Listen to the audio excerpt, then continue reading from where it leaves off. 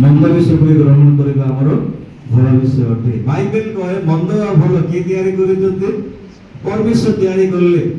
ତେଣୁ ଯେତେବେଳେ ରାଜା ସାଉଲ କଥା ମାନିଲା ନାହିଁ, ସାଉଲ ଯେତେବେଳେ ଅମାନ୍ୟ ହେଲେ, ସାଉଲ ଯେତେବେଳେ ପରମେଶ୍ୱରଙ୍କର ବିରୋଧରେ ହେଲେ, ବାଇବେଲ ଆମମାନଙ୍କୁ ସ୍ପଷ୍ଟ କହେ ପରମେଶ୍ୱର ତାଙ୍କ ଆତ୍ମା ଭିତରେ ମନ୍ଦ ଆତ୍ମା ପଠେଇଦେଲେ।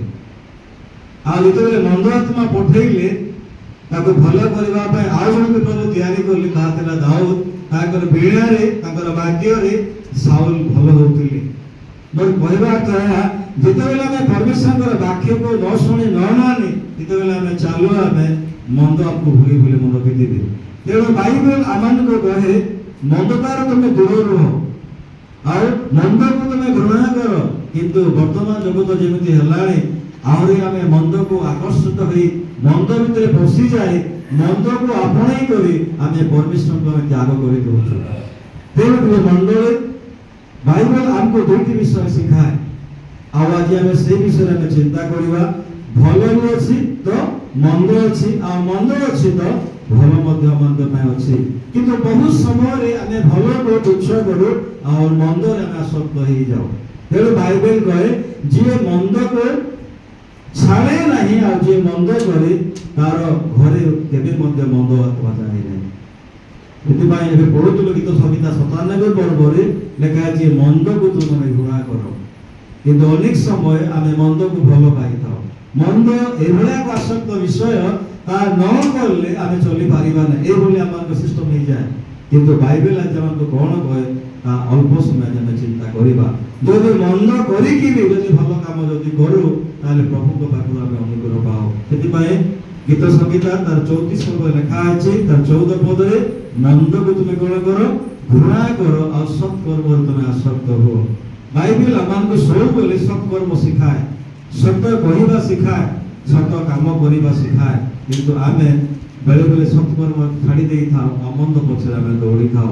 ଯୋଉଥିପାଇଁ ରାଜାମାନେ, ମହାରାଜାମାନେ, ବଡ଼ ବଡ଼ ଭବିଷ୍ୟତା ମାନେ କଣ କଲେ, ସେମାନଙ୍କର ମୃତ୍ୟୁ ହେଇଛି। ତେଣୁ ଆସୁ ହିତୋପଦେଶ ତାର 15 ପର୍ବ 3 ପଦକୁ ଆଜି ପଢିବା। ହିତୋପଦେଶ 15 ପର୍ବ ତାର 3 ପଦ, ହିନ୍ଦୀ ବାଇବେଲ ଲେଖା ଅଛି ନୀତି ବଚନ ତାର 15 का 3 ତା ପଢିବା। ସଦାପ୍ରଭୁଙ୍କ ଚକ୍ଷୁ, ବାଇବେଲ କହେ, ସମସ୍ତେ ବାଇବେଲକୁ ଖୋଲନ୍ତୁ। ସଦା ପ୍ରଭୁଙ୍କର ଚକ୍ଷୁ ସର୍ବତ୍ର ଥାଇ ଅଧମ ଉତ୍ତମ ଲୋକଙ୍କୁ ନିରୀକ୍ଷଣ ଆଉ କରେ। ଉତ୍ତମ ଲୋକଙ୍କୁ ସେ ନିରୀକ୍ଷଣ କରନ୍ତି। ଲୋକ ବିଷୟକୁ ବୁରାଇକୁ ଆଉ ଭଲାଇକୁ। ପ୍ରଭୁ ଯେ ଖାଲି ଭଲଟାକୁ ଦେଖନ୍ତି ତାହା ନୁହେଁ, ପ୍ରଭୁ ମନ୍ଦଟାକୁ ମଧ୍ୟ ପ୍ରଭୁ ଦେଖନ୍ତି। ତେଣୁ ସେଇଦିନ ଆଇବ କହିଲେ ପରମେଶ୍ୱରଙ୍କ ହସ୍ତରେ ଯେ ଖାଲି ଭଲ ବିଷୟ ନେବା ତାହା ନୁହେଁ, ମନ୍ଦ ବିଷୟ ନେବା ମଧ୍ୟ ଭଲ ବିଷୟ। କିନ୍ତୁ ଆମେ ଭଲ ବିଷୟ ସବୁବେଳେ ଚାହିଁବା, ଭଲ ଭଲ ବିଷୟ ଆମକୁ ମିଳୁ। କେବେ କାହା ଜୀବନରେ ଯଦି ମନ୍ଦ ଆସିଯାଏ, ଆମେ ପ୍ରଭୁକୁ ସଙ୍ଗେ ସଙ୍ଗେ ଆମେ କମ୍ପ୍ଲେନ କରିବୁ, ପ୍ରଭୁ କାହିଁକି ଏମିତି ହେଇଛି, କଣ ପାଇଁ ଏମିତି ହେଇଛି? କାରଣ ଆଇବ କହିଲେ ପରମେଶ୍ୱର ଭଲ ବିଷୟ ନେବା, ତାହା ଉତ୍ତମ ବିଷୟ ନାହିଁ, କିନ୍ତୁ ମନ୍ଦ ବିଷୟ ବି ନେବା ଆମ ପାଇଁ କଣ ଅଟେ? ଉତ୍ତମ ବିଷୟ। ସେଥିପାଇଁ ଭଲ ଆଉ ମନ୍ଦ ପାଖେ ପାଖେ ରଖାଯାଇଛି। ଆମେ ଗୋଡ଼ ସବୁବେଳେ ନେଇଥାଉ, ଭଲ ବିଷୟକୁ ଚୁଜ୍ କରିଥାଉ। କେହି ଚାହାନ୍ତି ନାହିଁ କମଲା ଖାଇବା ପାଇଁ, ସମସ୍ତେ ଚାହାନ୍ତି ମିଠା ଖାଇବା ପାଇଁ। କିନ୍ତୁ କେବେ କେବେ ଗଲା ବି ଆମ ସ୍ୱାସ୍ଥ୍ୟ ପାଇଁ ଭଲ ବିଷୟ ଅଟେ। ମିଠା ଆମ ଶରୀର ପାଇଁ କଣ ଅଟେ? ବେଳେ ବେଳେ ହାନିକାରକ ଅଟେ। ତେଣୁ ବାଇବେଲ ଆମମାନଙ୍କୁ ବହି ଦେଖନ୍ତୁ, ସୁଲେମାନ କହୁଛନ୍ତି କଣ ପଢୁନା? ସଦାପ୍ରଭୁଙ୍କ ଚକ୍ଷୁ ସଦାପ୍ରଭୁଙ୍କର ଚକ୍ଷୁ ସର୍ବତ୍ର ଥାଇ ଅଧମ ଅଧମ ଓ ଉତ୍ତମ ଉତ୍ତମ ଲୋକଙ୍କୁ ସେ ନିରୀକ୍ଷଣ କରେ। ଉତ୍ତମ ବିଷୟକୁ ନିରୀକ୍ଷଣ କରନ୍ତି ପ୍ରଭୁ, ଉତ୍ତମ ବିଷୟ। এই তোমার দেখো বন্ধ, ঠিক আছে, সামনে করো, বন্ধ করো, এটা দেখো, ঠিক আছে, জলদি জলদি। Hallelujah hallelujah hallelujah hallelujah. ହେଲେ ଉତ୍ତମ ବିଷୟ କାହିଁକି କରିବା ପରେ ଭଲ ଲାଗେନି ଆମକୁ? ସମସ୍ତ ମନରେ ଆମ କୋଉ ବିଷୟ ବେଶୀ ଭଲ ଲାଗି କରିବା ପାଇଁ? କୋଉ ବିଷୟ? ଭଲ ବିଷୟ ନା ମନ୍ଦ ବିଷୟ? କୋଉଟା ଭଲ ଲାଗେ କରିବା ପାଇଁ? ଆଗୁ ମନ୍ଦ ଭଲ ଲାଗେ, ଭଲ ଭଲ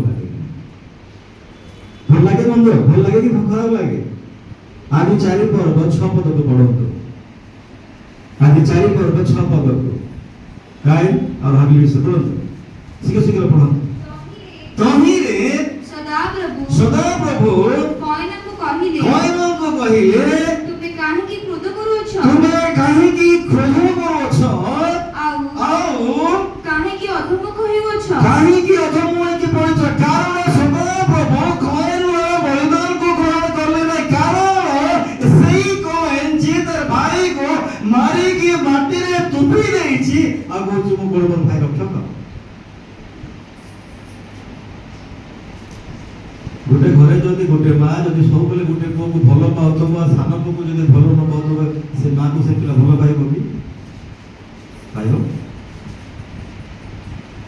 ହାଲେଲୁୟା ହାଲେଲୁୟା ହାଲେଲୁୟା।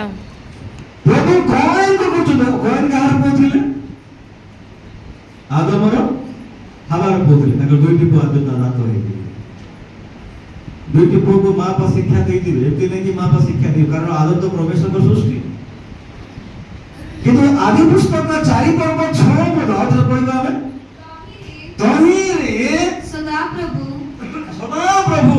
କଇନଙ୍କୁ କହିଲେ କଏନକୁ କହୁଛନ୍ତି ତୁମେ କାହିଁକି କ୍ରୋଧ କରୁଅଛ କାହିଁକି ତୁମେ କ୍ରୋଧ କରୁଅଛ?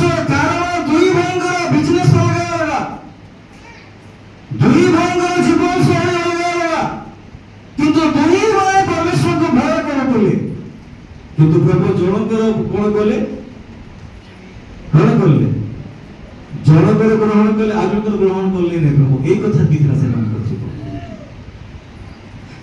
ମନ୍ଦ କରିବା ପାଇଁ ଶରୀରରେ ଯୋଉଥିପାଇଁ ତାର ଭାଇକୁ ଜୀବନ୍ତ ଭାଇକୁ ମାରିକି ମାଟି ତଳେ ତୁପି ଦେଇଛି। ତେଣୁକରି ତ ବାଇବେଲ କହେ ଯେ ମୃତ ଲୋକମାନେ ଯଦି କଣ କରନ୍ତି କଥା କୁହନ୍ତି ଲେଖା। ପ୍ରଭୁ କହିଲେ ତୋ ଭାଇର ରକ୍ତ ମତେ କଣ କରୁଛି? ଡାକୁଅଛି। Hallelujah hallelujah hallelujah hallelujah. କାଇନ୍ ଭାବୁଛି ମୁଁ ଭଲ କାମ କରୁଛି ପ୍ରଭୁଙ୍କ ଦୃଷ୍ଟିରେ। ସ୍ୱର୍ଗର ପରମେଶ୍ୱର ସ୍ୱର୍ଗର ଥାଏ ଅଧମ ଉତ୍ତମ ସେ କଣ କରନ୍ତି? ନିରୀକ୍ଷଣ କରୁଛନ୍ତି बुरा और भला को। बुराई को भी प्रभु देखता है और भला करने वाले को प्रभु देखता है। प्रभु को दृष्टि में बंशी में नहीं मन रखी था। प्रभु जते प्रेम करती तार 7 गुण दंड देवा भी सार पाखे अच्छे खाली जी आने प्रभु प्रेम करुच्ची प्रेम करले हबो कहले को प्रभु कहते तू कहीं अधमुख होइकी पड़िछो कहीं कि तो मन तल करे पड़िछो एटा मन रखिथि जे जो खराब काम कार करिबो ना से केते कार सागे राखी मिसे पारिबो एटा मन रखिथि एटा बाइबल रो डॉक्टर से कारण केते भी परमेश्वर के पाखे सामना सामने नहीं पारला ये पढ़े तो बहुत भल लगे सब पहले मैं पढ़े सत्कर्म कले कि तुमे ऊर्ध्वमुख हेबो नै तुमे अधमुख हेबो ना यदि सत्कर्म यदि करिबो तबे तुमे काहा को डरबो नै मन की सत्य कहबा लोक सब निडर रहे सत्य कहबा लोक छाती फुले की चले मन की जे काहा को डरे नहीं काहा से तुम भूल करिथिबो खराब करिथिबो कार अन्याय करिथिबो तुम जीवन में भी किबे का सामना करि पारिबो कारण बाइबल है तेरे प्रभु को तो दिखाएं तुम कहीं जो तुम पहुंचो तुम कौन है कि कहीं तुम बेले और घर करूंगे तुम समस्त कामों को आज मैं देखो छु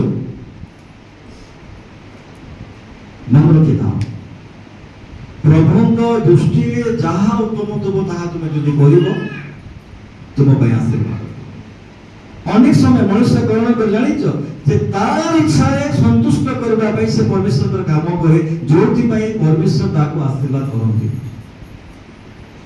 आमे अनेक समय आम इच्छा अनुसार आमे चालो आमे अनेक समय आमे परमेश्वर को आमर इच्छा रे चलबे चेष्टा करी था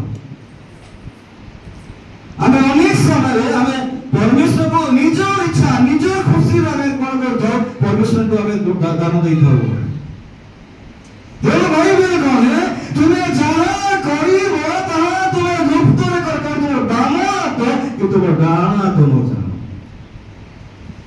କିନ୍ତୁ ଅନେକ ସମୟ ମଣିଷ ଜାଣିଛ କଣ ଯେ ମଣିଷକୁ ଖୁସି କରିବା ପାଇଁ ଶିଖ, ସେଥିପାଇଁ ସେ କିଛି ପାଏ ନାହିଁ। ବାଇବେଲ ଆମକୁ ଘରେ ଯେ ଯଦି ମଣିଷକୁ ଖୁସି କରିବା ପାଇଁ ଚାହିଁବ ତାହେଲେ ପରମେଶ୍ୱରଙ୍କ ଠାରୁ ସେ କିଛି ପାଇବ ନାହିଁ। ମନେ ରଖିବା, କିଛି ପାଇବ ନାହିଁ। କିନ୍ତୁ ପରମେଶ୍ୱର ଯାହା ଇଚ୍ଛା କରନ୍ତୁ ତୁମେ ତାର ଇଚ୍ଛା ତୁମେ ଚାଲିବ, ତାହେଲେ ପରମେଶ୍ୱର ତୁମକୁ ଆଶୀର୍ବାଦ କରିବେ। ମୁଁ ବହୁତ ଲୋକଙ୍କ ଜୀବନରେ ଦେଖି ଯେଉଁମାନେ ଲୁଣ ଧରିକି ଭାତ ଖାଇଛନ୍ତି କିନ୍ତୁ ଆଜି ତାଙ୍କ ଘରେ ଆଶୀର୍ବାଦର ଅଭାବ ନାହିଁ। ଜାଣିଛ କଣ ପାଇଁ? କାରଣ ସେମାନେ କେବେ ମଣିଷକୁ ସେମାନେ ଖୁସି କରିନାହାନ୍ତି, ସେମାନେ ପରମେଶ୍ୱରକୁ ସେମାନେ ଖୁସି କରିଛନ୍ତି।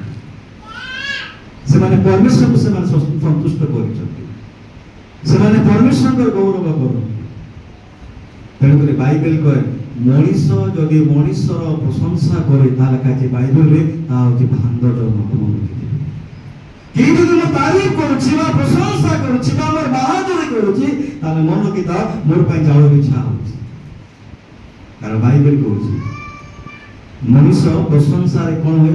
ପରଖିତ ହୋଇ ସେ କଣ କରେ? ପଡ଼ିଯାଏ କାছে Bible. Hallelujah hallelujah hallelujah. Hallelujah. ସେଥିପାଇଁ କେବେ ବି ମଣିଷକୁ ଖୁସି କରିବା ପାଇଁ ଦେଖାନ୍ତୁ ନାହିଁ। ବହୁତ ଲୋକ ଅଛନ୍ତି ପାଷ୍ଟର ମାନଙ୍କୁ ଦେଖିଲେ ସେମାନେ ଡରନ୍ତି। ସେମାନେ ଚୁଡ଼ି ଖୋଲିଦେବେ, ପାଷ୍ଟର ଗଲା ପରେ ଫେର ଚୁଡ଼ି ଫେର ଟିକଲି ବାକିଦେବେ। ସେମାନେ କି ଲାଭ? କି ଲାଭ? କି ଲାଭ? ତମକୁ ଡରିବାର ଅଛି, ତୁମେ ପ୍ରଭୁଙ୍କୁ ଡର। ପ୍ରଭୁଙ୍କୁ ଡର ଯେ ତୁମର ଜୀବନକୁ ନେଇ ପାରନ୍ତି, ଯେ ତୁମର ଜୀବନକୁ ତୁମର ଦେଇପାରନ୍ତି। ପ୍ରଭୁଙ୍କୁ ଡରିବା ଶିଖ ପିଲାମାନେ। ପ୍ରଭୁଙ୍କୁ ଯୋଉଦିନ ତୁମେ ଡରିବା ଶିଖିଯିବ, ବାଇବେଲ କହେ ତୁମର ମୁଖରୁ ମନ୍ଦ କେବେ ବାହାରିବ ନାହିଁ, ତୁମେ ମନ୍ଦ କେବେ ଉଚ୍ଚାରଣ କରିପାରିବ ନାହିଁ, ତୁମେ ମନ୍ଦ କେବେ କହିପାରିବ ନାହିଁ। ସେଥିପାଇଁ 15:9 ତୁମେ ଦୟାକରି ପଢ଼ନ୍ତୁ, ଦୟାକରି ହଁ 15:9 ହିତୋପଦେଶ। ଦୁଷ୍ଟର ଗତି ସଦା ପ୍ରଭୁଙ୍କର ଘୃଣ୍ୟ ବିଷୟ, ମାତ୍ର ଧାର୍ମିକତାର ଅନୁଗାମୀକୁ ସେ କଣ କରନ୍ତି? ପ୍ରେମ କରନ୍ତି। ଯେଉଁମାନେ କୃଷ୍ଣଙ୍କ ସହିତ ଧର୍ମ ଜୀବନ କାଟିବା ପାଇଁ ଇଚ୍ଛା କରନ୍ତି ସେମାନେ କେବଳ କଷ୍ଟ ପାଇବେ। Hallelujah hallelujah hallelujah hallelujah. କିନ୍ତୁ ଆମେ ମଣିଷ ଦେଖିବା ବହୁତ ଭଲ କାମ তোমার ভাই আଜି গয়ে जो भाई को तुम्हें प्रेम করতেল, जो भाई को तुम संगरे বলতেল, जो भाई को संगे বসিকি খাইবা পিইবা করতেল, আজ তোমার ভাই গাই উত্তর দেই পারলা কেন? কেন উত্তর দেলা নাই? ঠিক 7 পদ পড়ো বেটা, সেই 6 পদ পড়ো, 4 আদি পুস্তক। সৎকর্ম করলে তুমি ঊর্ধ্বমুখ হেব ঊর্ধ্বমুখ হয়ে পারিব নাই। সৎকর্ম যদি করিব, সৎ কাম করিব, উত্তম যদি কাম করে প্রেমঙ্কর গোষ্ঠীরে তুমি কেবে অধর্মকে তুমি পড়িব।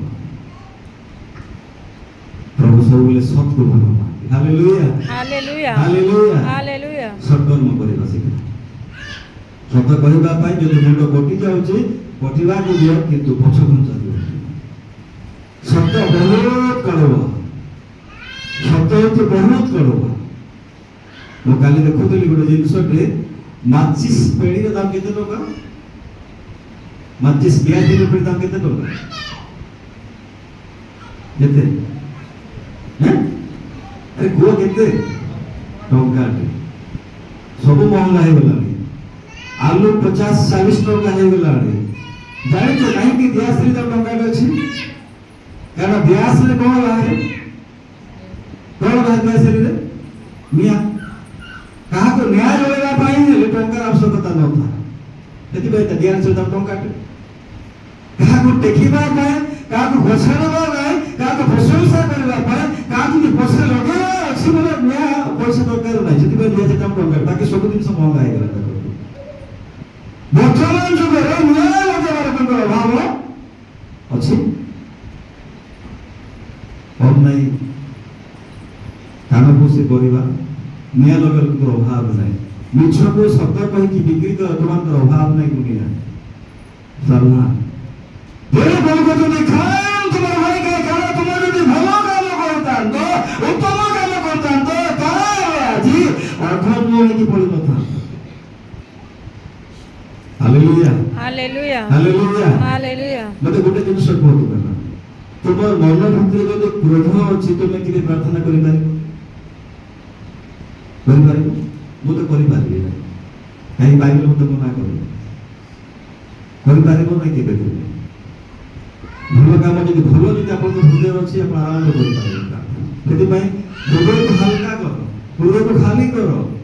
ଯେପର୍ଯ୍ୟନ୍ତ ହୃଦୟକୁ ଖାଲି କରିବେ ନାହିଁ ତୁମେ କେବେ ପ୍ରାର୍ଥନା କରିପାରିବ? ତୁମେ ରାଗ, ହିଂସା, କ୍ରୋଧ ସବୁଠି ଯଦି ପ୍ରାର୍ଥନା କରିପାରିଲେ, ବାଇବେଲ କହୁଛି ତାର 8 ପଦ ପଢଟା 15-8 ପଦ ହିତୋପଦେଶ, ଦୁଷ୍ଟମାନଙ୍କର ବଳିଦାନ ସଦାପ୍ରଭୁଙ୍କ ଠାରେ ସଦାପ୍ରଭୁଙ୍କ ଠାରେ ଘୃଣା ବିଷୟ ଅଟେ। ଘୃଣାର ବିଷୟ ଅଟେ। ଯଦି ମନ୍ଦକୁ ଆଦର କରୁଛ, ମନ୍ଦ ତୁମ ଭିତରେ ଅଛି, ମନ୍ଦକୁ ଆପଣାଇଛ, ତାହେଲେ ବାଇବେଲରେ ସଦାପ୍ରଭୁ ଦୁଷ୍ଟମାନଙ୍କର ବଳିଦାନ, ଦୁଷ୍ଟମାନଙ୍କର ପ୍ରାର୍ଥନା, ଦୁଷ୍ଟମାନଙ୍କର ଦାନ, ଦୁଷ୍ଟମାନଙ୍କର ସମସ୍ତ ବିଷୟ ପ୍ରଭୁ କଣ କରନ୍ତି? ମତେ ଦେଖ, ଚର୍ଚ୍ଚକୁ ଆଇଛ ନା ଛୁଆକୁ ଦେଖି ଆଇଛ? କୁହ। ଛୁଆକୁ ଦେଖ, ମୁଁ ବନ୍ଦ କରିବି, ପ୍ରାର୍ଥନା କଲେ କି ଚିନ୍ତା କରିବି। Hallelujah hallelujah. କହିଲେ କାଜି ବାଇବେଲ এই হৃদয় প্রভুঙ্কর প্রদীপ লেখা আছে বাইবেল। এই হৃদয়কে যদি অসানা আবর্জনা তুমি করিব, তুমি যেতে স্তুতি বন্দনা করো, তুমি যেতে হালেলুয়া করো, প্রভু তোমার প্রার্থনা শুনবে। কল লেখা আছে 8 পদ বেটা, দুষ্টমানଙ୍କର বলিদান সদাপ্রভুଙ୍କର ঘৃণার বিষয় অটে। হালেলুয়া হালেলুয়া ঘৃণার বিষয়। মাত্র ସରଳ ଯେଉଁମାନେ ସରଳ ଲୋକ, ପ୍ରାର୍ଥନା ତାହାଙ୍କର ତୁଷ୍ଟିକର। ସରଳମାନଙ୍କର ପ୍ରାର୍ଥନା ତାହାଙ୍କର ତୁଷ୍ଟିକର। ସେଥିପାଇଁ ସରଳ ହେବାର ଶିଖ। ଶୈତାନ ସରଳ ନା ଗରଳ? ଗରଳର ଅର୍ଥ କଣ ଜାଣିଛ? ବିଶ୍ୱ। ବିଶ୍ୱ ଥାଇକି ତୁମେ ଯଦି ପ୍ରାର୍ଥନା କରିବ କହିଲେ ପ୍ରଭୁ ଶୁଣିବେ ନାହିଁ। ସେଥିପାଇଁ ଜିହ୍ବାକୁ ବହୁତ ଆୟତ କରିବା ପାଇଁ ବାଇବେଲରେ ବହୁ ଜାଗା ଲେଖା ଅଛି। ଏ ମନ୍ଦ କୋଉଠୁ ସୃଷ୍ଟି ହୁଏ? ଜିହ୍ବାରୁ ଆରମ୍ଭ ହୁଏ। ପ୍ରଭୁ କହିଲେ ଘୃଣାର ବିଷୟ। ଆଗକୁ ଯିବା। ଆଦି ପୁସ୍ତକ 4 ପର୍ବ, ଆଦି ପୁସ୍ତକ 9 ପର୍ବ 20-26 ଜାଗାରେ ପଢନ୍ତୁ। କିଏ ଉତ୍ତମ କର୍ମ କରିଛି ଆମେ ତାର ଚିନ୍ତା କରିବା।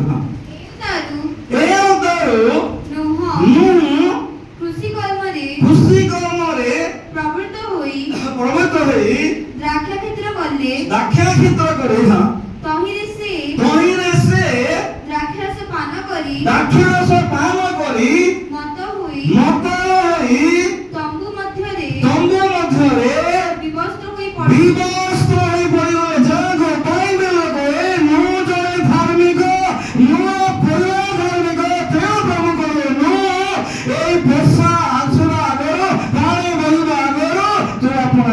କଣ କରେ? ଜାହାଜରେ ବନ୍ଦ କାଳ କରୁନି। ଭଲ କାମ ବି କରିଛନ୍ତି। ଯୋଉଥିପାଇଁ ଆଦି ପୁସ୍ତକ 9 ପର୍ବ 20 ପଦ ପଢୁଛୁ ଅଛି। ହିନ୍ଦୀରେ ପଢି ଯାଇଗଲେ, जब नूह किसान करने लगा, उसने दाख की बारी लगाई उसने दाख की बारी लगाई और वो दाख मधु पीकर मतवाला हुआ और मतवाला हो गया और अपने तंबू के भीतर नंगा हो गया। ଆଉ ଲଙ୍ଗା ହକେ ପଡା। ସେଥିପାଇଁ ମଦ ପିଇବା ଲୋକମାନେ କେମିତି ଥାନ୍ତି?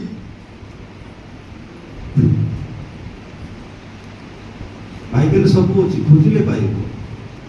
ଯେତିକି ମଦ ପାଣି ପିଇ ଲୋକ ଦେଖିବେ ସମସ୍ତେ କୋଟ ଟାଇପ ଦେଇକି ବୋଲନ୍ତିନି। କୋଉ ତାଙ୍କ ବସ୍ତ୍ର ଖୋଲି ଦେଇଥିବେ, କୋଉ ରାସ୍ତା କଡ଼ରେ ପଡ଼ିଥିବେ। ସେ କିନ୍ତୁ ସେଟା ଭଲ ବିଷୟ ଶିଖିବାର ଅଛି। ପରମେଶ୍ୱରଙ୍କର ଅନୁଗ୍ରହ ପାତ୍ର, ପରମେଶ୍ୱରଙ୍କର ରହସ୍ୟ ତେଣୁ ପ୍ରଭୁ ନୂହଙ୍କୁ ତାଙ୍କ ପରିବାରକୁ ଅନୁଗ୍ରହ କଲେ, ତାଙ୍କର ଭଲ କାମକୁ ଦେଖିଲେ। ତାର ପଦେ କିନ୍ତୁ ବଡ଼ ଘଟଣା ହଉଛି। तब कनान के पिता हाम ने अपने पिता को नंगा देखा अपने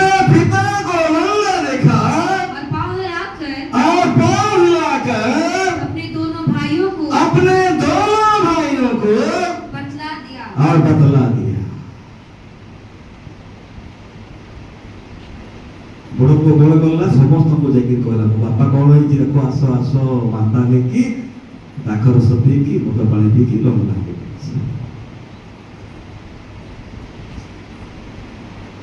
बाइबल कहे प्रेम बड़ बड़ अधर्म को से कौन करे ढांकी दिए ढांकीवा शिखते जे ढांके बाइबल कहे से दुई गुणा परमेश्वर पाखे अनुग्रह। Hallelujah hallelujah hallelujah. हालेलुया কিন্তু আমি ঢাকিবা শিখি আমার কানরে যদি কি ফুসফুস কথা যদি কই দেব সেটা পুরা কুতা বগা খাইব সবুয়া ঢাকিবা শিখি নয় যা আমার নিজ পরিবার হোক যে আমার সমাজ হোক আমার মন্ডলী এমনটা করিছিল গে হ এমনটা করিছিল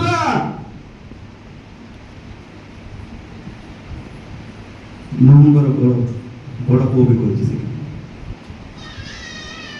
ତାଙ୍କ ବଡ଼ ଭାଇ ସମସ୍ତଙ୍କ ସେ କହୁଥିବ ବାପା ମାତା ଦେଇକି ପଡୁଛି ଲୋନ ଦେଇକି ପଡୁଛି ଆସ ଦେଖି ଆସ ପଢ ଗୀତକୁ ପଢ।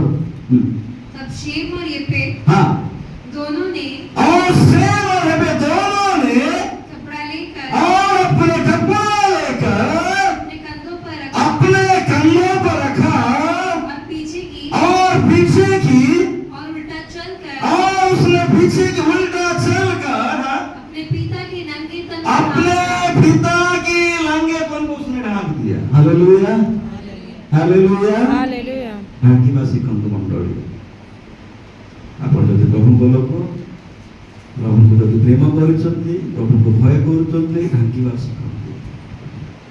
प्रेम बड़ बड़ विषय कौन कर ढांकी दे लेखा प्रेम महिमा करे नाही प्रेम स्वार्थ खोजे नाही प्रेम मन सम्मान खोजे नाही किंतु जदि जहाँ पाखे तो प्रेम अछि ना लेखा जे बाइबल रे से सब किसी को ढांकी दे तांको दुई को बापांग रमगता देखि न पारे पछुआ पछुआ से चलिए आ कपड़ा की तके बापा को ढांकी देले से ढांकी वाला मूल्य कोन देखु बाइबल कोन लिखा है पढ़ो।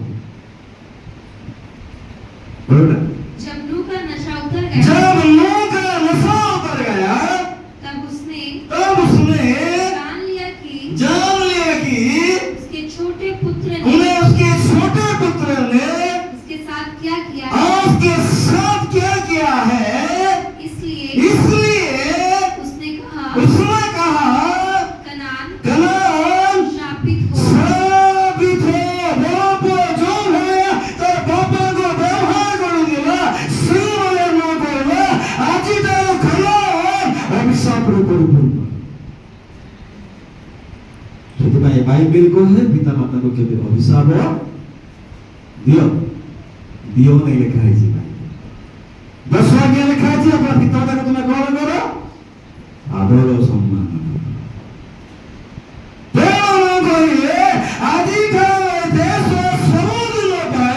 अभिशाप रे परिपूर्ण हो और आज ही जाए से अभिशाप से देश रे लागी की रही हालेलुया हालेलुया हालेलुया हालेलुया। स्वर्ग और परमेश्वर सब थे कौन देखुचंती अथवा उत्तम विषय को देखो आप बेटा पढ़ो आप खत्म कहानी पढ़ो। वो अपने भाई बंधुओं की दासों का दास हो अपने भाई बंधुओं की दासों का दास हो गया हाथ पर फिर उसने कहा शेम का परमेश्वर यहोवा धन्य है और कनान शेम का दास है हालेलुया हालेलुया हालेलुया हालेलुया। आज जैसे मैंने दासत्व अवस्था से मैं जीवन प्रिय मंडली सब बोले लिखाले आने भल विषय नबा ताहा नुहे जदि मंद करी पीठी देखा भल करूछु से मन को भाई आशीर्वाद अटे बोलो माने भी आबे क्या खोजिबा प्रथम राजा बोले 21 पर्व प्रथम राजा बोले 21 पर्व ता 23 24 पढ़िबा ठीक है दाके पढ़ो कितने पढ़ो ठीक रहेगा और इजबेल के विषय में यहोवा यह कहता है इस्राएल के किले के पास कुत्ते इजबेल को खा डाले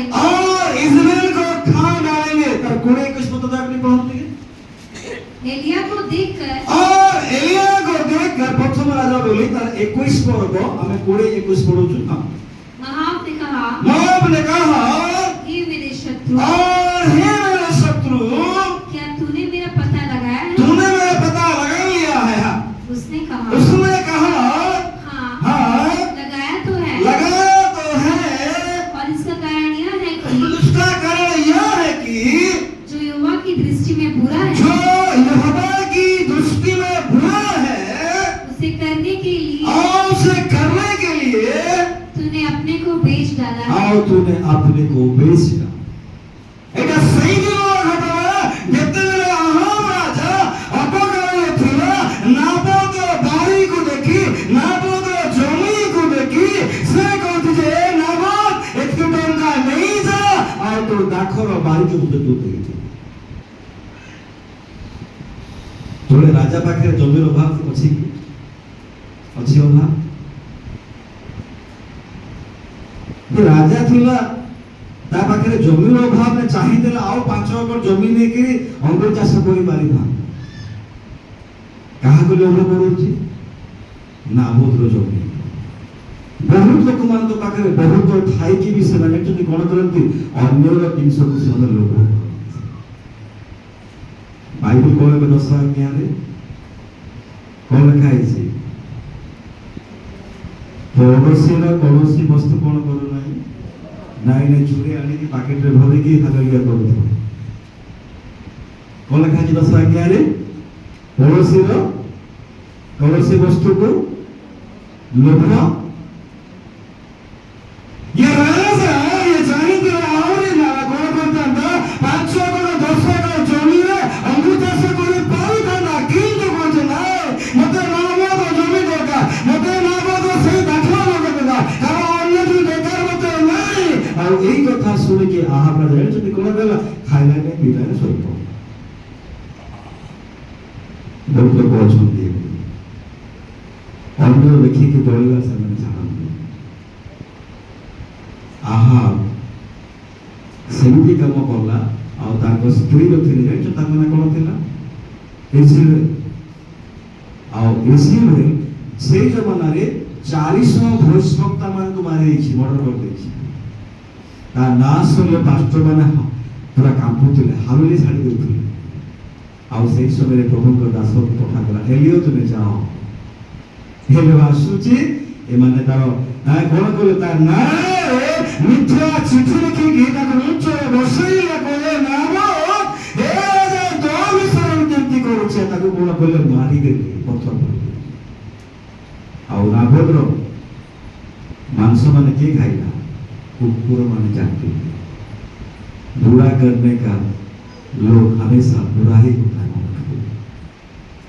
जे अन्य पाई गात कुड़े से गातरे सही लोग पड़े अन्य कहीं पड़े क्योंकि बाइबल कहे बुरा करने वालों का बुरा नतीजा होता है। Hallelujah hallelujah hallelujah. जो बुरा करे तार मंद केबे छाड़ी पड़े। और इसलिए उच्च आसन में बसे की नाबद को मारी देला कहते राजा तू सही जमीर मालिक तू सही जमी को नहीं जा कारण सही जमी एते अंगुर नहीं तो राजे ता आहाब सही बात। वर्तमान में आसीबा 28 पद को आसु 23 रो 28 पद बेटा हां 23 पद को 28 पड़े 21 पर्व ना 21 पर्व अच्छी नहीं अपन तब यहोवा का यह वचन तिशबी एलिया के पास पहुंचा। इसबी एलिया के पास पहुंचा। क्या तूने देखा है कि आहाब मेरे सामने नम्र बन गया है। Hallelujah hallelujah hallelujah. कितने बजे पहुंचो बेटा 23 को पहुंचो ना 23 को पढ़िए। और इज़राइल के विषय में बस इज़राइल के विषय में यहोवा यह कहता है यहोवा यह बताओ सदा प्रभु इज़राइल विषय एक কথা कहते केबे केबे मामान को प्रभु बहुत सम्मान करे गुणवती स्त्री सुंदर स्त्री मुक्ता स्त्री मूल स्त्री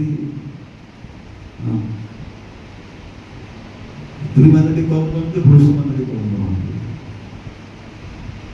ବଡ଼ ଡେଞ୍ଜର, ବଡ଼ ଡେଞ୍ଜର। କେବେ କେବେ ସ୍ତ୍ରୀମାନଙ୍କର ପଲିଟିକ୍ସ ଲୋକମାନଙ୍କ ମନ ଦେଇଯାଏ। ସେଥିପାଇଁ କିଛି ଦିନ ତଳେ ମୁଁ ଦେଖୁଥିଲି ଗୋଟେ ଆର୍ମି ଲୋକ ତା ସ୍ତ୍ରୀକୁ ଖଣ୍ଡ ଖଣ୍ଡ କରି କାଟି ଦେଇକରି ଫ୍ରିଜରେ ଭରି ଦେଇକରି ପ୍ରେସରରେ ସିଝେଇ ଦେଇକରି ତା ସବୁ ନିଶାକୁ ମିଟେଇବା ପାଇଁ ସେ ଯାଇକି ନଦୀରେ ପକଉଥିଲା ଆଉ ତାକୁ ପୁଲିସ ଆରେଷ୍ଟ କଲା। ସତ କେବେ ଲୁଚି?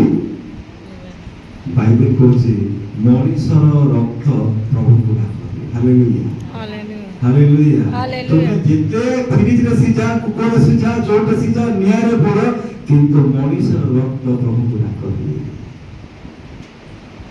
ଦିନ ଦିନ ଧରା ପଡ଼ିବ। କିଛି ଦିନ ତଳେ ଆଉ ଜଣେ ସ୍ୱାମୀ ତା ସ୍ତ୍ରୀକୁ କାହା ସାଙ୍ଗରେ ଦେଖିବା ଦ୍ୱାରା ତାକୁ 6 ଖଣ୍ଡ କାଟିକି 6ଟା ଅବସ୍ଥାରେ ଅଲଗା ଅଲଗା ଜାଗାରେ ପକାଇ ଦେଇଥିଲା। ଗୋଟେ ଜାଗାରେ ବାଲିରେ, ନଦୀରେ, ଠିକ୍ ତା ଜାଗାରେ। ତାକୁ ବି ପୁଲିସ ଆରେଷ୍ଟ କରିଛି।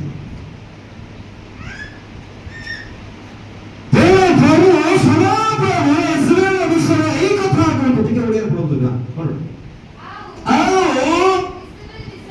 ଆଉ ଇସ୍ରାଏଲ ବିଷୟରେ ମଧ୍ୟ ସଦାପ୍ରଭୁ କହୁଅଛନ୍ତି, ସଦାପ୍ରଭୁ କହୁଅଛନ୍ତି, ଇସ୍ରାଏଲର ବଡ଼ ପାଚେରୀ ଇସ୍ରାଏଲର ବଡ଼ ପାଚେରୀ, ଯୋଉ ପାଚେରୀରେ ସେ ଦେଖିକି ଲୋକମାନଙ୍କୁ ଦେଖୁଥିଲା, ଲୋକମାନଙ୍କ ନ୍ୟାୟ ବିଚାର କରୁଥିଲା। ପାଚେରୀ ନିକଟରେ ପାଚେରୀ ନିକଟରେ କୁକୁର ମାନେ ଇସବେଲକୁ ଖାଇବେ। କୁକୁରମାନେ ଇସ୍ରାଏଲକୁ ଖାଇବେ। ଆହାବର ଯେଉଁ ଲୋକ ନଗରରେ ମରିବ, କୁକୁରମାନେ ତାକୁ ଖାଇବେ। ପୁଣି ଯେଉଁ ଲୋକ କ୍ଷେତ୍ରରେ ମରିବ, ଆକାଶର ପକ୍ଷୀଗଣ ତାହାକୁ ଖାଇବେ। ଯେପରି ଏହି ଆହାବ ଆପଣା ଭାର୍ଯ୍ୟା ଇସବେଲ ଦ୍ୱାରା ପ୍ରବର୍ତ୍ତିତ ହୋଇ ପ୍ରବର୍ତ୍ତିତ ମାନେ କଣ? ଫୁସଲେଇବା ନାଇଁ, ଫୁସଲେଇବାଟା ନା, ଫୁସଲେଇବାଟା। ମୁଁ ଶୁଣିଥିଲି ସ୍ୱାମୀ ସ୍ତ୍ରୀ ମାନେ ଫୁସଲେଇ କରିକି ସନ୍ଧ୍ୟାକୁ ଶାଢ଼ୀ ନିଅନ୍ତି ବୋଲି, ସୁନା ନେଇଯାଆନ୍ତି ବୋଲି। ଏ ତ ଫୁସଲେଇକିରି ମର୍ଡର କରିଦେଇଛି। କେଡ଼େ ମାଷ୍ଟର ମାଇଣ୍ଡ କଥା। ଏମିତି ମାନଙ୍କୁ ବାହା ହେବ ଦେଖି ଚାହିଁକି ପିଲାମାନେ। ହଁ, ଫୁସଲେଇକି ଦେଖ କେତେ କାମ କରିଦେଇଛି। ବହୁତ ସୁନ୍ଦର ଫୁସଲେଇ ଥିବ ନା। ଆରେ ଆହା, ମୋର ସ୍ୱାମୀ, ମୋର ଦେବତା। ହଁ, ତୁମେ ବଡ଼ କିଛି ନାହିଁ, ମୁଁ ତ ଅଛି। ଆଉ ଟିକେ ପଢ଼, ତଳକୁ ଟିକେ। ହଁ, ସଦାପ୍ରଭୁଙ୍କ ଦୃଷ୍ଟିରେ ମନ୍ଦ କର୍ମ କରିବା ପାଇଁ କଣ କଲା ଖାଯିବା ବୋଲେ ମନ୍ଦ କର୍ମ। ସେଥିପାଇଁ ମୁଁ କହୁଥିଲି ନା, ମଣିଷ ଦେଖିଲା ପର୍ଯ୍ୟନ୍ତ ତୁମେ କରିବ, କିଛି ପାଇପାରିବ। ମନ୍ଦ କର୍ମ, ମନ୍ଦ ବିଷୟ। ଯେ ପ୍ରଭୁ ଆମ ପାଇଁ ଉତ୍ତମ ଚିନ୍ତା କରନ୍ତି, ଯେ ପ୍ରଭୁ ଆମକୁ ସର୍ବ ଉତ୍ତମ ବିଷୟ ଦେଖନ୍ତି, ଯଦି ଆମେ ତାହା କରୁଛୁ ତାହେଲେ ପରିବାରରେ ବେଶୀ ମନ ରଖିଥିବ। ବୋଲେ ପରିବାର ଆଶୀର୍ବାଦ ରହେ ନାହିଁ। ତୁମେ 50 ଲାখ ଟଙ୍କା ଦାନ ଦିଅ କି 50 ଲାখ ଟଙ୍କା ତୁମେ ମାନ ଚଢ଼ାଅ ଚର୍ଚ୍ଚରେ, କେବେ ମନେ ରଖିଥିବ କେବେ ତୁମ ପାଇଁ ସମ୍ଭବ ହେବ। ବାଇବେଲ କହୁଛି ମଣିଷ ଦେଖିଲା ପରେ କୌଣସି କାମ କର ନାହିଁ, ଯାହା କରିବ ଗୁପ୍ତ ତୁମେ କର। ଗୁପ୍ତ ମାନେ ଏହା ନୁହେଁ ଯେ ତୁମେ ଗୁପ୍ତ ଟିକେ ପାପ କରିବ। ଗୀତ ସଂହିତା 39 ପର୍ବର ଲେଖାଅଛି, ଦାଉଦ କହିଲେ, ପ୍ରଭୁ ତମେ ଉଠିବା ଜାଣ, ବସିବା ଜାଣ, ମୋ ମନ୍ତ୍ରଣାକୁ ଜାଣ, ମୋ ମନ ଭିତରେ ବିଶାଳ କରି ତୁମେ ଜାଣୁଛ। ଲେଖାଅଛି ବାଇବେଲରେ। ଇଏ ରାଜାଙ୍କୁ ଫୁସଲେଇଲା, ଇଏ ରାଜାଙ୍କୁ ମର୍ଡର କରିବା ପାଇଁ କଣ କରୁଛି? ତାପରେ ହଁ, ସଦାପ୍ରଭୁଙ୍କ ଦୃଷ୍ଟିରେ ମନ୍ଦ କର୍ମ କରିବା ପାଇଁ ଆପଣଙ୍କୁ ଆପଣଙ୍କୁ ବିକ୍ରୟ କଲେ। ଆପଣଙ୍କୁ ବିକ୍ରୟ କରିବେ। ବହୁତ ଆମେ ଲୋକମାନଙ୍କର ମନ୍ଦ କର୍ମ କରିବା ଦେଖନ୍ତୁ ତା ବିରୁଦ୍ଧରେ କଥା କହିଦେବୁ ଟଙ୍କା 500 ନାହିଁ ସେତିକି ମର୍ଡର ହେଇଯିବ। କୋଉଦିନ ମୁଁ ଦେଖୁଥିଲି ଗୋଟେ ପେପର ପଢୁଥିଲି ତା ମାଆକୁ ଗେମ୍ ଖେଳିବା ପାଇଁ ପଇସା ମାଗିଲା ଯଦି ନଦେଲା ତାକୁ ମର୍ଡର କରିଦେଲା ତା ମା। ଆଉ ଜଣେ ଥିଲା ପୁଅ 10 ଟଙ୍କା ମାଗିଲା ମଦ ପିଇବା ପାଇଁ ମଦ ତା ବାପାକୁ ଜୀବନ ହତ୍ୟା କରିଦେଲା। ମନ୍ଦ ଏ ମନ୍ତ୍ର ଆସେ କୋଉଠି ଜାଣିଛନ୍ତି?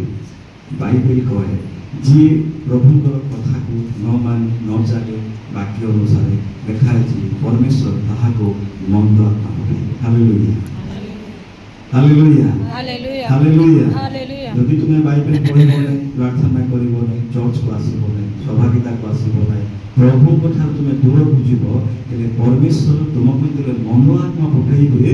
ମନ ରଖିଥିବ ତୁମେ କୋଉ ଜାଗାରେ ସ୍ଥିର ରହିପାରିବ। ତୁମ ମନରେ ବେଚେନ ହେବ, ତୁମେ କାହାକୁ ମାରିବା ପାଇଁ ମର୍ଡର କରିବା ପାଇଁ ତୁମେ ଖୋଜି କରିବ। କାରଣ ମନ୍ଦ କଣ କରେ? ମନ୍ଦ କଣ କରେ? ଘୋଡ଼ାଏ ଲେଖାଇଛି ବାଇବେଲ। ସେଥିପାଇଁ ପ୍ରଭୁ ହେବା ଶିଖନ୍ତୁ, ପ୍ରଭୁଙ୍କୁ ଡରିବା ଶିଖନ୍ତୁ। ପଢଟା ତାପରେ ସେପରି ସେଇପରି ଆଉ କେହି କହିବ ନାହିଁ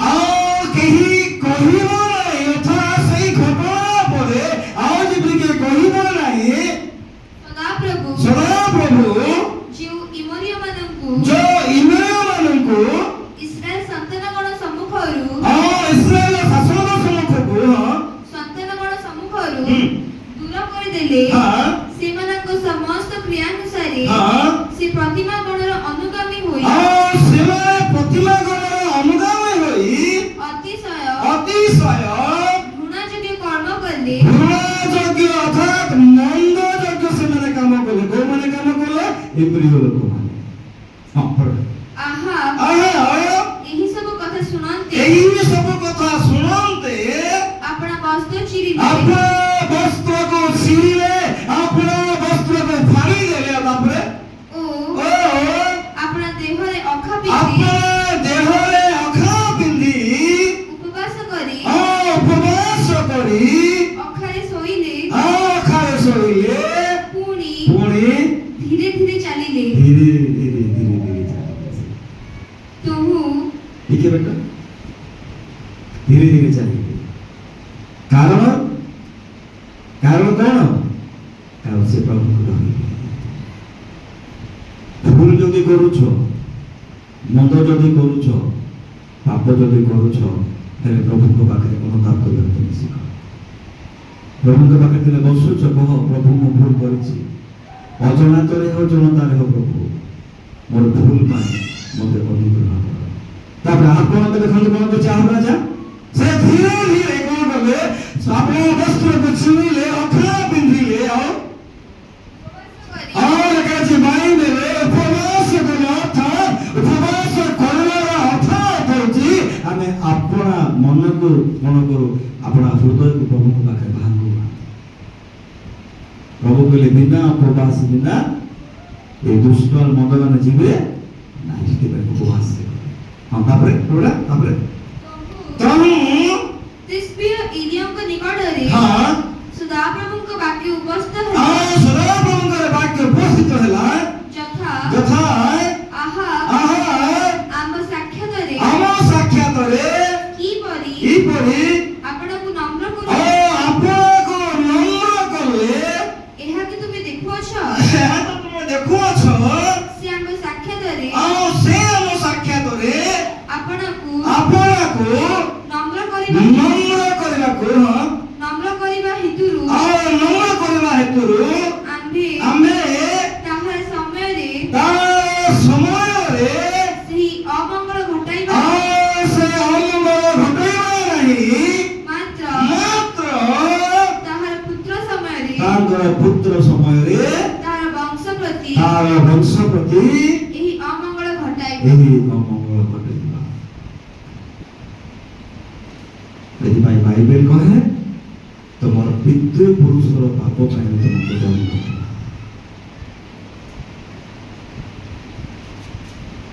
ଟଙ୍କା ଦେଇକରି ପାପ କିଣାଯାଏ, କିନ୍ତୁ ଟଙ୍କା ଦେଇକରି ତୁମେ ଈଶ୍ୱରକୁ ତୁମେ କିଣି ପାରିବ।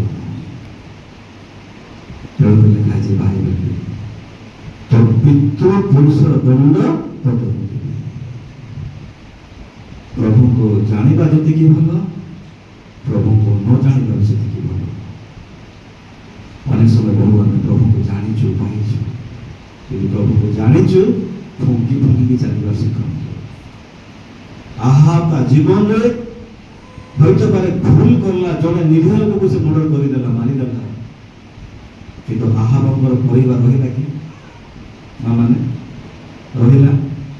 ଆହାବ ସବୁଦିନ ପାଇଁ ରହିଲା? ଆହାବଙ୍କ ପରିବାର ରହିଲେ? ଆହାବଙ୍କ 70ଟା ପୁଅ ଥିଲେ, ତା ସ୍ତ୍ରୀକୁ କିଏ ଖାଇଲା? କୁକୁର ମାନେ ଚାଟି ଚାଟିକି ଖାଇଦେଲେ। ଆହାବର 70ଟି ପିଲାମାନଙ୍କୁ ମୁଣ୍ଡ କଟା ହେଇକି ଗଛରେ ଲଗାଗଲା। ଆହାବର ପୁରା ଫ୍ୟାମିଲି ନଷ୍ଟ ହେଇଗଲେ। କିନ୍ତୁ ଆହାବର ମନ୍ଦ, ଆହାବର ଧାର୍ମିକ ଜୀବନ, ଆହାବର ଭଲ ଜୀବନ, ଯେତେବେଳେ ଆହାବ ମନ୍ଦକୁ ଛାଡ଼ିଦେଲା, ପ୍ରବାସ କଲେ, ବସ୍ତ୍ର ଛୁଇଁଲେ, ଆଉ ଯେତେବେଳେ ପ୍ରଭୁ କଥା ଖାଲି ନମ୍ର ହେଇଗଲେ, ଧୀରେ ଧୀରେ ଚାଲିଲେ ପ୍ରଭୁ କଥା। ପ୍ରଭୁ କହିଲେ ତୋ ସମୟରେ କୌଣସି ଅମଙ୍ଗଳ କାମ କରିବି ନାହିଁ, କିନ୍ତୁ ମନେ ରଖିଥା ତୋ ପିଲାମାନଙ୍କ ସମୟରେ ଅମଙ୍ଗଳ କାମ କରିବି। ଏ ଅଭିଶାପ ନା ଆମର ପିତୃପୁରୁଷକୁ ଧରିକି ଚାଲିଥାଏ, କେବେ ଛାଡ଼ିବି। ତେଣୁ ବାଇବେଲ କହେ କ'ଣ? ଯୀଶୁ ଖ୍ରୀଷ୍ଟକୁ କୋଉଠି ଟଙ୍ଗାଗଲା? କ୍ରୁଶ ଉପରେ। କାହିଁକି ଟଙ୍ଗାଗଲା? ଅଭିଶାପ ଲୋକମାନଙ୍କୁ ଯେତେବେଳେ କ୍ରୁଶରେ ଟଙ୍ଗାଯାଏ, ଆଉ ଯିଏ କ୍ରୁଶକୁ ଦେଖେ ସେ ଅଭିଶାପ ସେ ମୁକ୍ତ ହୁଏ। Hallelujah, hallelujah. ସେଦିନ ପ୍ରଭୁ ଯାହା କହିଲେ ତାହା କଲା, ଲେଖା ହେଇଛି ତାର ପୁଅମାନଙ୍କ ସମୟରେ ସେ ଅମଙ୍ଗଳ ଘଟେ। ସେଥିପାଇଁ ଆହାବର ପୁରା ପରିବାର ବି ନଷ୍ଟ ହେଇଗଲେ। ତେଣୁ ବାଇବେଲ କ'ଣ କହେ? 15 3 ପଦ କ'ଣ ପଢ଼ିଲୁ? ସଦାପ୍ରଭୁ ଅଧମ ଉତ୍ତମ ବିଷୟକୁ ସେ କ'ଣ କରନ୍ତି? ସେ ନିରୀକ୍ଷଣ କରନ୍ତି। ଶେଷ ପଦ ପଢ଼ିକି ଶେଷ କରିବି। ଆଉ ନୀତିବଚନ ତାର 11ର 21 ଆଉ 22 ପଦ ପଢ଼ିକି ଆମେ ଶେଷ କରିବା। ହିତୋପଦେଶ 11 ପର୍ବ 21 ଆଉ 22 ପଦକୁ ଆମେ ପଢ଼ି ଶେଷ କରିବା। ମନ୍ଦ ଲୋକ ହାତ ମନ୍ଦ ଲୋକ ହାତ ଧରାଧରି ହେଲେ ଅଦଣ୍ଡିତ ନହିବେ, ମାତ୍ର ଧାର୍ମିକର ବଂଶ ରକ୍ଷାପ୍ରାପ୍ତ ହେବେ। Hallelujah, hallelujah hallelujah, hallelujah hallelujah. Hallelujah. ଟିକେ ହିନ୍ଦୀରେ ପଢ଼ନ୍ତୁ ବେଟା। 11 21 22। हाँ, मैं दृढ़ता के साथ कहता हूँ, बुरा मनुष्य निर्दोष नहीं ठहरेगा, किंतु धर्मी का वंश बचाया जाएगा। Hallelujah, hallelujah hallelujah. हालेलुया। ସେଥିପାଇଁ ପ୍ରିୟ ମଣ୍ଡଳୀ, ଆମେ ହିତୋପଦେଶ ତାର 15 ପଦକୁ ପଢ଼ିଲୁ। ସଦାପ୍ରଭୁ ସ୍ୱର୍ଗରୁ ଥାଇ କ'ଣ କରନ୍ତି? ଉତ୍ତମ ବିଷୟକୁ ଆଉ ଅଧମ ବିଷୟକୁ ସେ ଦେଖନ୍ତୁ। ସେ बुराई को भी देखता है और से भलाई को भी देखता है। ସେଥିପାଇଁ ପ୍ରଭୁ କହିଲେ ମନ୍ଦ ଥାଉଛୁ ମାନେ କ'ଣ କର? ଦୂରେଇ ରୁହ। ଆଉ ସେଇଦିନ ଆମେ ଦେଖିଲୁ ଆହାବ ରାଜାଙ୍କ ପରିବାର ମନ୍ଦ କରିବା ଦ୍ୱାରା ତାର ପରିବାର ବିନାଶ ହେଇଗଲା, କିନ୍ତୁ କେବେ ସେ ଆସିବା ପାଇଲେ ନାହିଁ। ଆଉ ପ୍ରଭୁ କହିଲେ ତୋର ସନ୍ତାନମାନଙ୍କ ସମୟରେ ସେହି ପ୍ରକାର ଅମଙ୍ଗଳ ଘଟିବ। ଆସୁ ଆଜି ଏହି ସନ୍ଧ୍ୟା ସମୟରେ ଆମେ ଏହି ପ୍ରାର୍ଥନା କରିବା କି ପ୍ରଭୁ ମୋର ଯାହା ମୋ ଜୀବନରେ ଅଧର୍ମତା ଅଛି, ଯାହା ମୋ ଜୀବନରେ ମନ୍ଦତା ଅଛି, ପ୍ରଭୁ ତାହା ଯେବେ ମୁଁ ଛାଡ଼ିଦେଇ ତୁମଠାରେ ଉତ୍ତମ କର୍ମ କରିବା ପାଇଁ ମୋତେ ବୁଦ୍ଧି ଆଉ ମୋତେ ଜ୍ଞାନ ଦିଅ। ତେଣୁ ବାଇବେଲରେ ପଢ଼ୁଥିଲୁ ସେ ଧାର୍ମିକର ବଂଶକୁ ସେ କ'ଣ କରିବେ? ସେ ବଞ୍ଚାଇବେ। ଆଉ ଲେଖା ଅଛି ବାଇବେଲରେ ସେ ଧାର୍ମିକ ଲୋକମାନଙ୍କୁ ନେବା ନିମନ୍ତେ ପ୍ରଭୁ ଯୀଶୁ